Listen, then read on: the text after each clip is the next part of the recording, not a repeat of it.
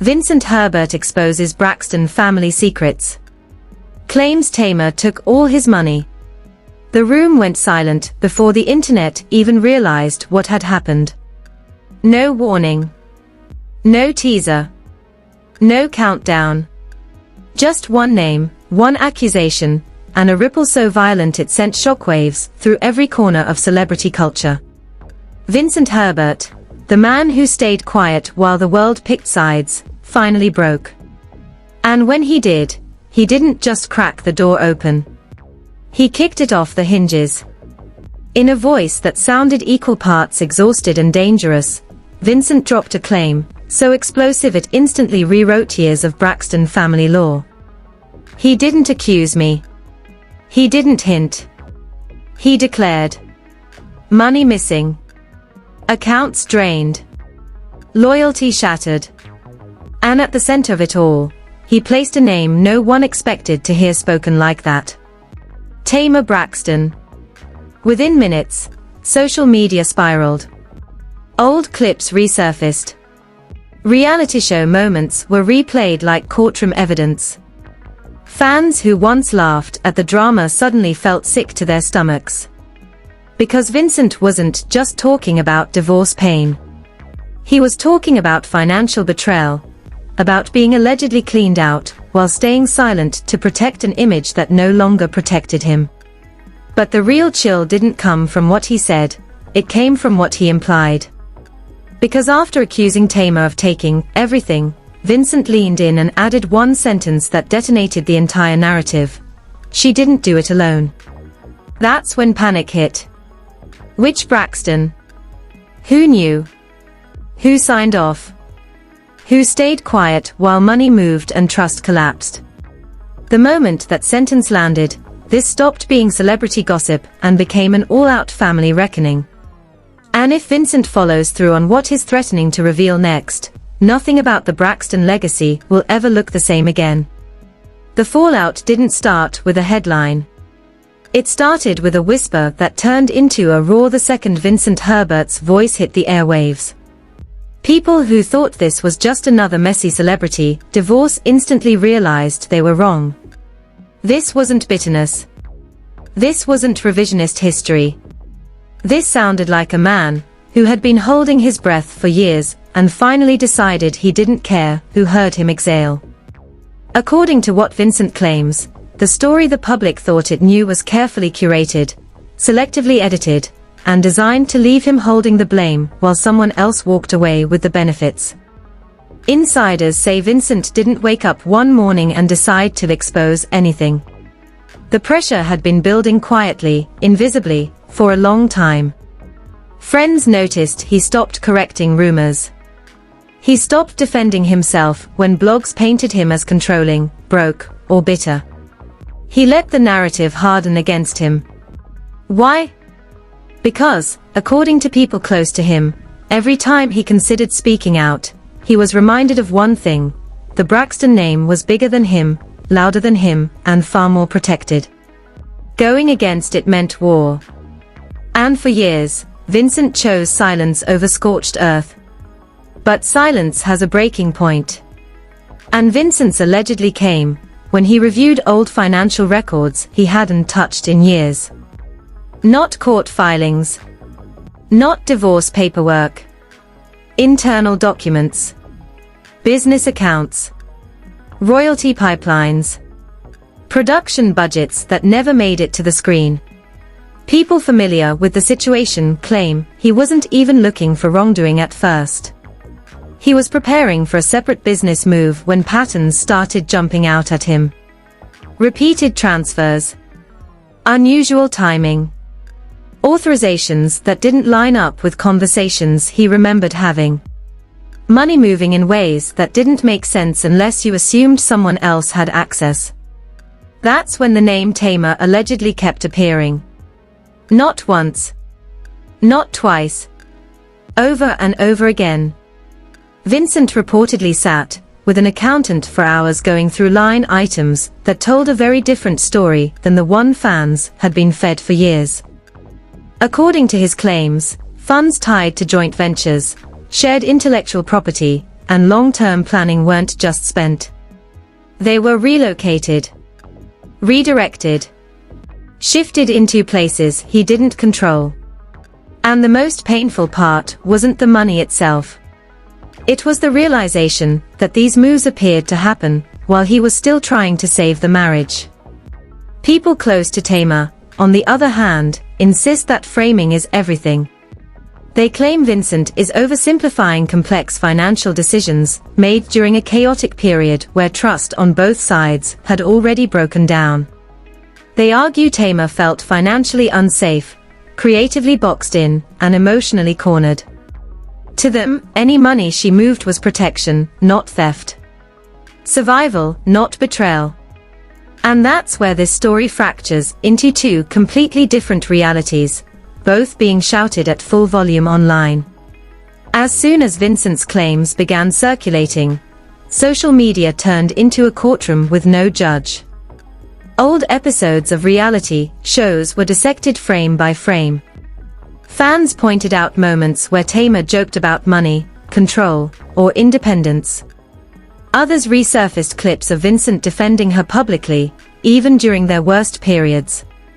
Suddenly, scenes that once felt like harmless TV drama took on a darker tone. People started asking questions they never asked before. Who handled the finances? Who signed what? And why did Vincent always look like the bad guy when money arguments came up?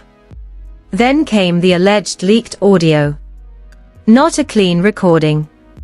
Not a polished interview. A raw, scratchy clip that sounded like it was never meant to leave the room. In it, a voice believed to be Vincent's says he covered everything and protected everyone before dropping the line that set the internet on fire. When it was gone, I was the villain. That sentence alone flipped public sympathy on its head. Because if true, it suggests a calculated silence, not guilt. And once people believe someone stayed quiet to protect others, they start wondering what else was buried. The Braxton family's response, or lack of one, only added fuel. No immediate denial. No coordinated statement. Just vague posts, inspirational quotes, and silence where clarity should have been. Fans read into everything. A deleted post here. A cryptic caption there. Tawanda posting lyrics about loyalty. Trina liking comments she later unliked. Tony staying conspicuously quiet. And Evelyn, the family matriarch, saying nothing at all.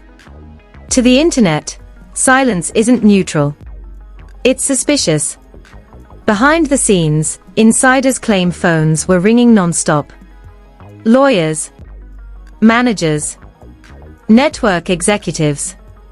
Everyone was suddenly nervous about what else Vincent might say. Because according to whispers, the money accusation is only the surface. The real tension sits underneath it, in the power dynamics of a family where business, loyalty, and control have always been deeply intertwined. Vincent wasn't just married to Tamar, they say. He was married into a system. And once you're inside that system, leaving isn't just emotional. It's strategic. What really escalated things was Vincent allegedly hinting that Tamar wasn't acting alone. He didn't name names. He didn't point fingers publicly. But he didn't need to. The implication alone was enough to send fan theories into overdrive. Was a sister involved? A parent? A trusted advisor? Someone who knew the accounts, the passwords, the structure. The idea that this was coordinated, not impulsive, changed the entire tone of the conversation. Suddenly, it wasn't about a messy divorce. It was about a family operation gone wrong. And then came the cliffhanger that stopped people cold. According to multiple gossip insiders, Vincent is sitting on documents he hasn't released yet. Not screenshots floating around Twitter. Not blurry images passed between blogs. Actual records that, if made public, would force people to reconsider years of narratives about who was controlling whom, who was broke, and who was really pulling the strings. The moment Vincent's implication hit, that Tamar didn't move alone, the story mutated into something far more dangerous. This was no longer about one marriage collapsing under pressure. This was about an entire power structure being quietly questioned in real time. And according to multiple so-called insiders, the panic behind the scenes was immediate. Group chats went dark. Phones stopped ringing. People who had once spoken freely suddenly had nothing to say. Because when accusations stop sounding emotional and start sounding organized, fear enters the room. Within hours, industry sources claimed Vincent began receiving messages from people he hadn't heard from in years. Not to check on him. Not to clear his name. But to feel him out. To see how far he was willing to go. One alleged message, paraphrased by a blogger who claims to have seen it, read, "Let it rest. You don't want this smoke."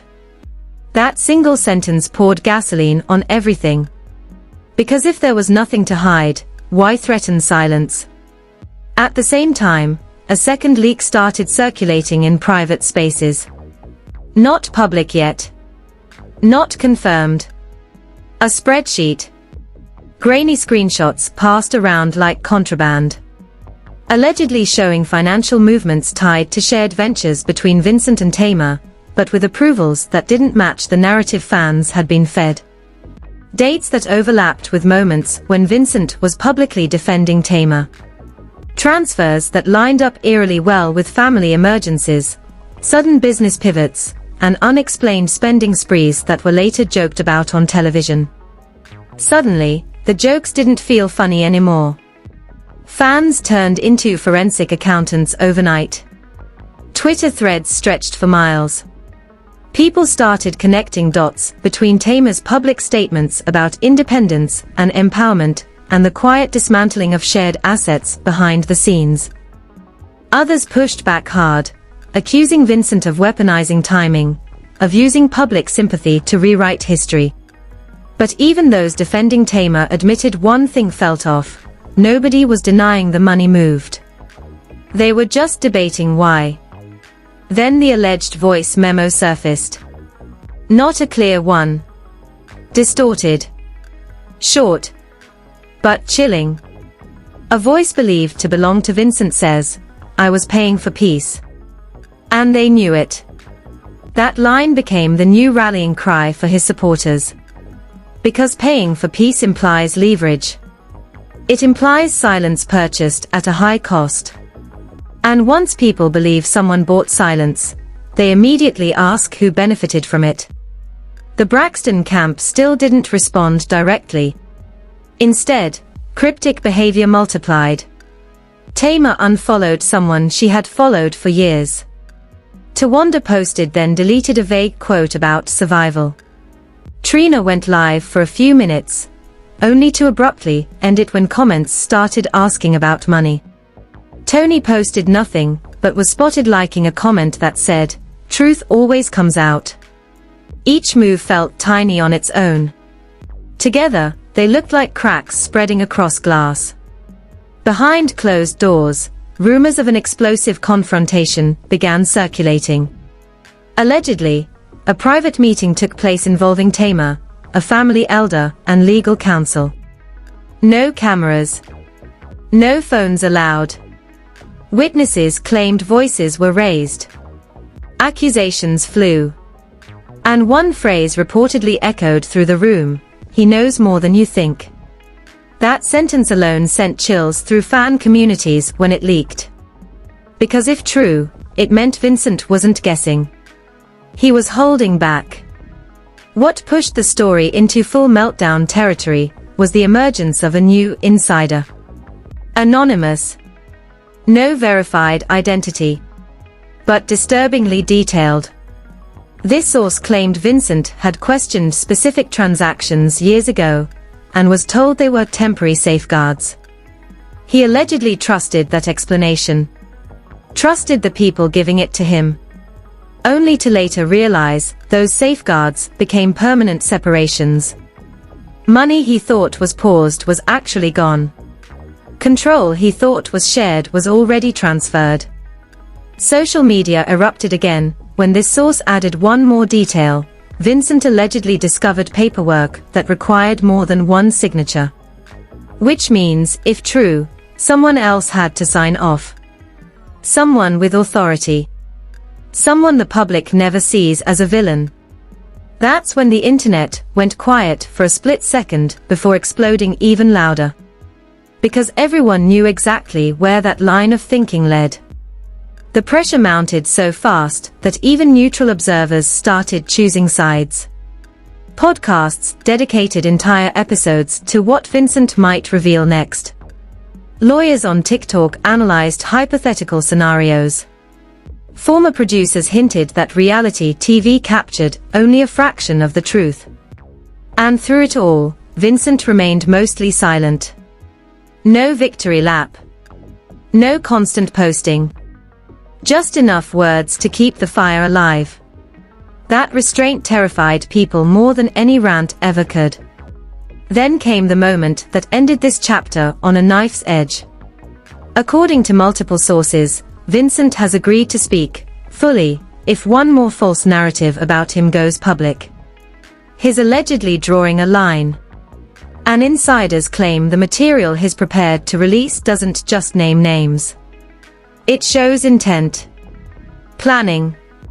A timeline that reframes the entire Braxton family dynamic in a way no reality show ever dared to show. And if that happens, the question won't be whether Tamar took the money. The question will be who decided Vincent was expendable and why.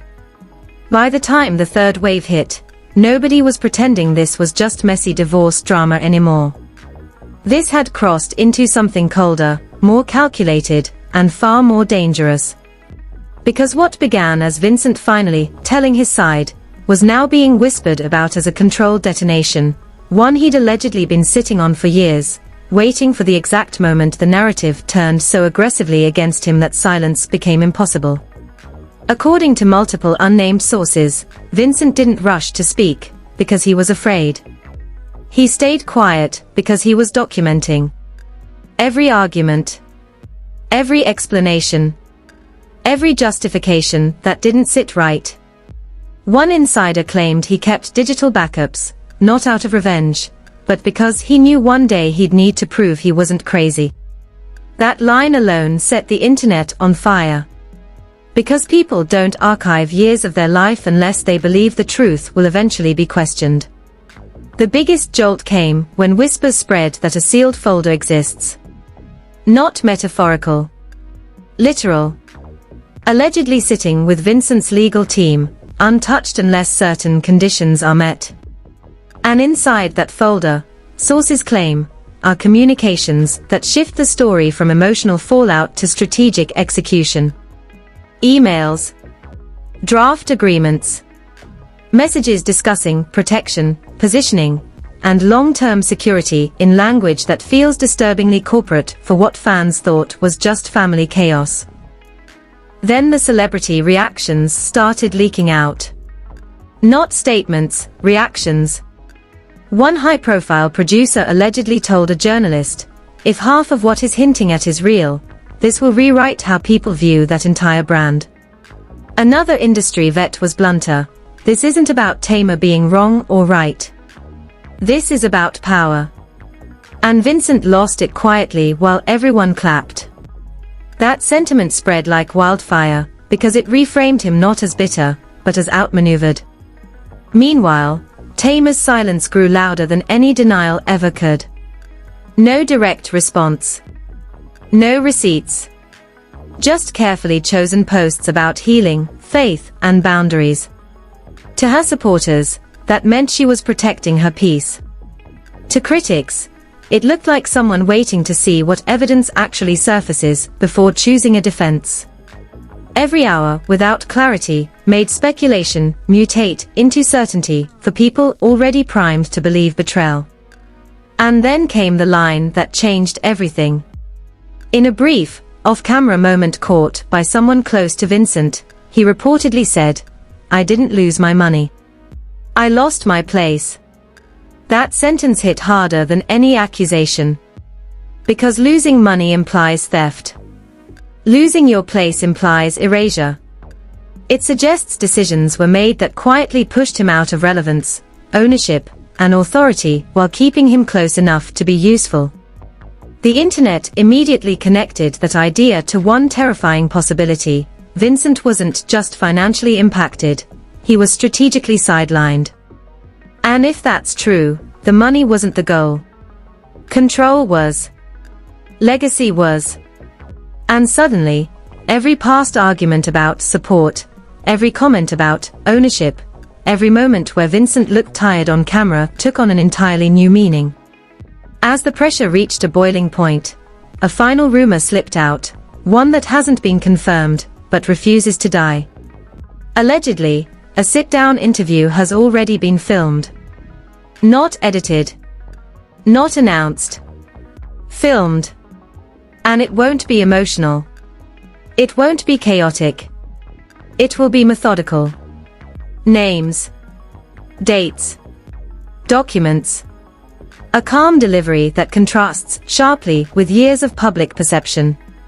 If it airs, fans won't be debating sides anymore. They'll be debating fallout. And here's the most chilling part. Sources say Vincent doesn't even want revenge. He wants corrections.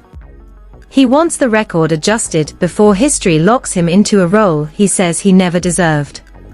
But correction at this level doesn't come without casualties. Careers. Relationships. Reputations built over decades could fracture overnight. The story now sits at a dangerous crossroads. Either this stops with implication and silence, or someone forces Vincent's hand and unleashes a truth the Braxton family may never recover from. And judging by how tight his circle has gone, how quiet the other side has become, and how the industry is bracing for impact, this feels less like an ending and more like the calm before something irreversible. If you've made it this far, you already know this isn't just another celebrity breakup story you scroll past and forget. This is one of those moments where the internet decides the ending in real time, and whether the truth survives depends on who's actually paying attention. Right now. Not later. Not after the next headline rewrites the story for you. This situation is evolving by the hour. Clips are disappearing. Accounts are going private. Statements are being reconsidered. And every time that happens, pieces of the truth quietly vanish with them. That's why being locked in matters. Because once the full receipts drop, if they drop, you don't want to be the person catching up from screenshots and half explanations.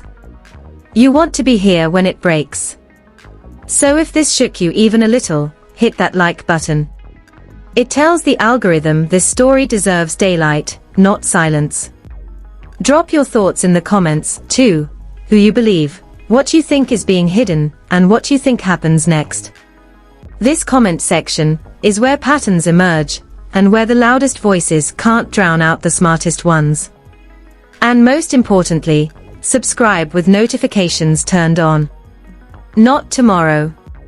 Not when you remember. Do it now. Because if that interview surfaces, if those documents leak, if someone finally says the name everyone's avoiding, it's going to hit fast, and it's going to change everything. You don't want to hear about it secondhand. Stay locked in. The next chapter won't wait.